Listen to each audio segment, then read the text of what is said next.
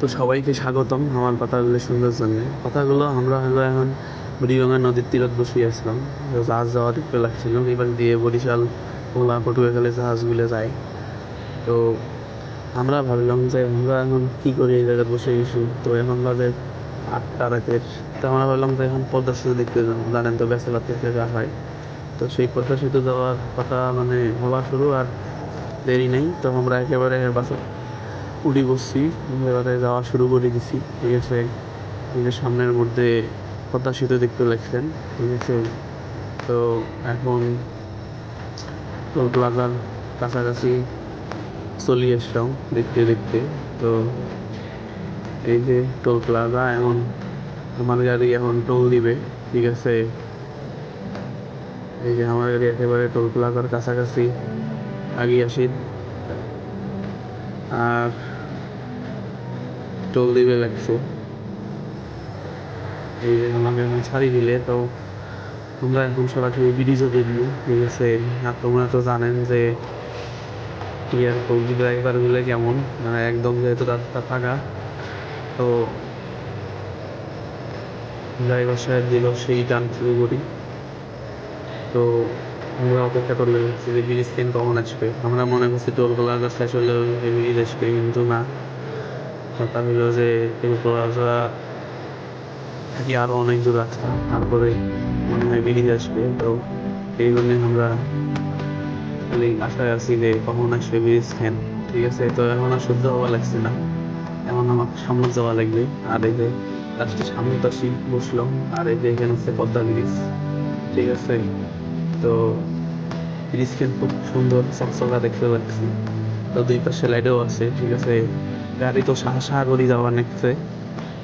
এখন আমরা তো যাবার লাগছি, আর খুব জোরে করে গাড়ি যায়। আমরা যে কি খুশি, তো ভাবতেছি যে আমরা এখন কই যাবো কই নামবো, কারণ আমরা তো হঠাৎ করে গেছি এই ব্রিজ দেখার জন্য। এখন আমরা ভাবি যে কোন জায়গায় নামলে কি হবে, আমরা তো কিছুই জানি না। তো পরে কই দেখা যাক কই যাই।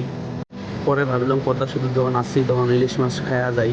ঠিক আছে, পরে যে একটা হোটেল কাছে ইলিশ মাছের অর্ডার দিছি। এই যে মাছটা এখন আমরা কাটবে লাগছে। ঠিক আছে, এই মাছ কাটি রান্না করিয়ে আমার খিলেইবে। তো এই যে এই জায়গার মধ্যে রান্না করবে, এই হলো কড়াই, এই যে বেগুনগুলো ভাজবে লাগছে। ঠিক আছে, এটা আমার নয়, এটা মানুষের। তো আমার মাছটা কেবল কাটবে লাগছে, তো আমারটা ওইরকম করে রান্না করবে।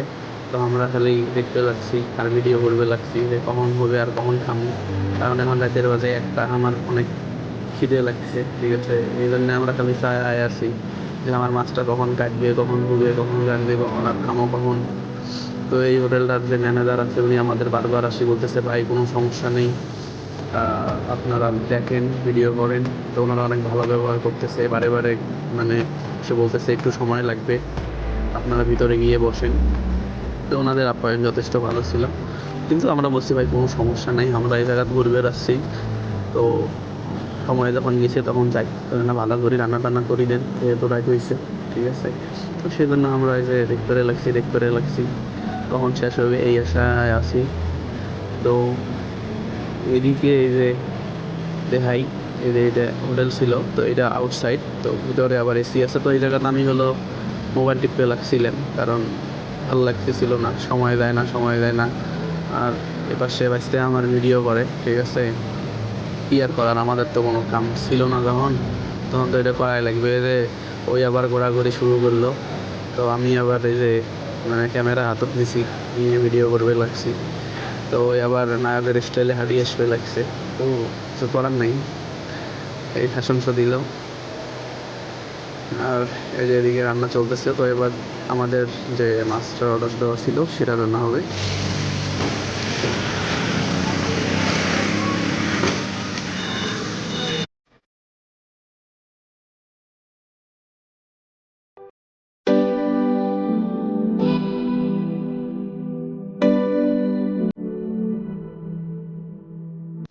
তো এখন আমরা সরাসরি হোটেলের ভিতরে ঢুকি বসছি খাবার জন্যে। ঠিক আছে, তো এই যে আমার বাড়িতে খাবার লাগছে, এই যে কয় প্লেট ভাত খাইছে তার হিসেব নাই, কারণ বলছে যে ভাতের কোনো দাম নিবে নয়, ভাত আনলিমিটেড, শুধু মাছের আর তরকারির দাম নিবে। তো অলরেডি 4 প্লেট ভাজতে আমার ভাত খাইছে। ঠিক আছে, কয় আগে মাছের ভর্তা যেটা সেটা দিয়ে খাই, ঠিক আছে।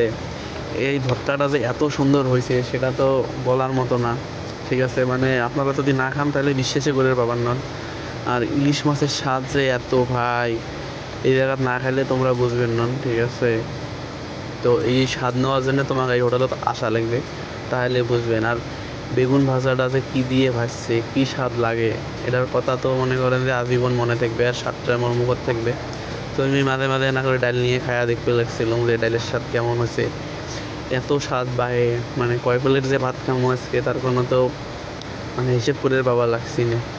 তো বারবার ম্যানেজার আসতেছে, বলতেছে কী লাগে শুধু জানাবেন। তো ওনাদের মানে অতিথি পরায়ণতা দেখে তো আমরা খুব খুশি। আর কোসে ভাতের টেকা নাই।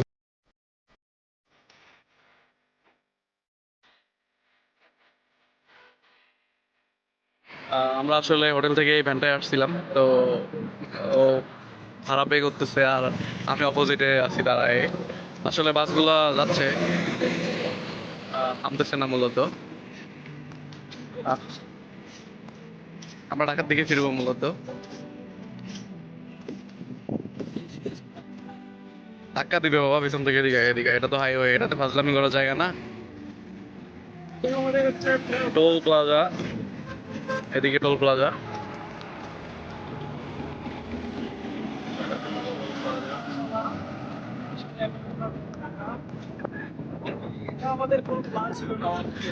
এটা আমাদের হঠাৎ করে মূলত আসা, ঠিক আছে। আমাদের দুজনের কোনো প্ল্যান নাই, আমরা মূলত বুড়িগঙ্গা তীরে আসছিলাম।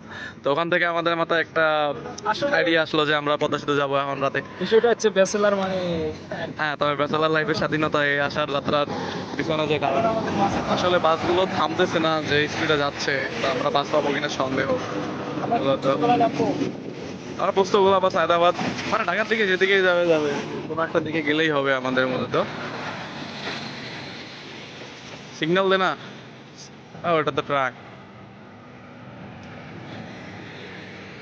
তবে হ্যাঁ, এই যে আমাদের পদ্মা সেতু। তবে কিছু কিছু মন্তব্য স্বপ্ন আছে যে পদ্মা সেতু দেখা যায়। তো কথা হলো এখানকার পরিবেশ, রাস্তাঘাট, মানে মনে হয় না যে এটা বাংলাদেশ, ঠিক আছে। আমি এখানে ফার্স্ট টাইম, তো রাস্তাগুলো অনেক সুন্দর। এ ভাই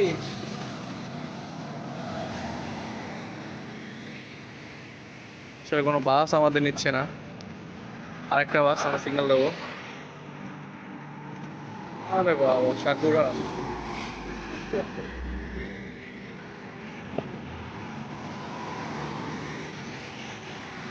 আসলে বাস নামতেছে না মূলত এখানে, সিগন্যাল দেবো এটা।